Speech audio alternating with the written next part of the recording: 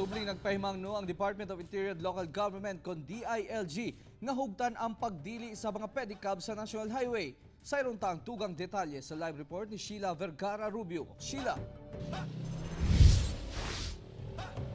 Real direkta mismo ang mando sa DILG ngadto sa mayor sa mga syudad ug munisipalidad sa hugtanong pagpatuman sa maong balaod.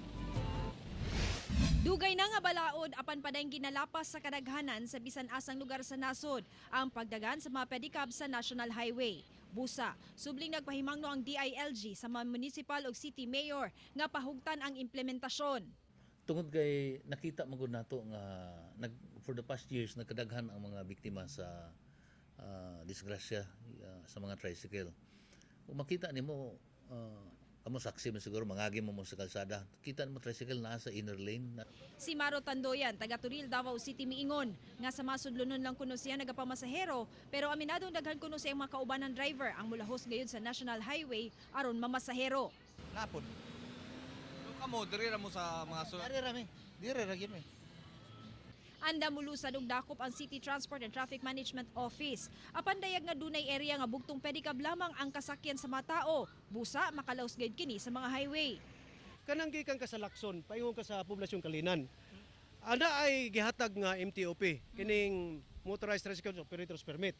Nga pwede siya mo biyahe, ang iyang ruta is from Kalinan to Lacson. Wa may lain siyang agianan, kaya wa mo na lain na mode of transportation.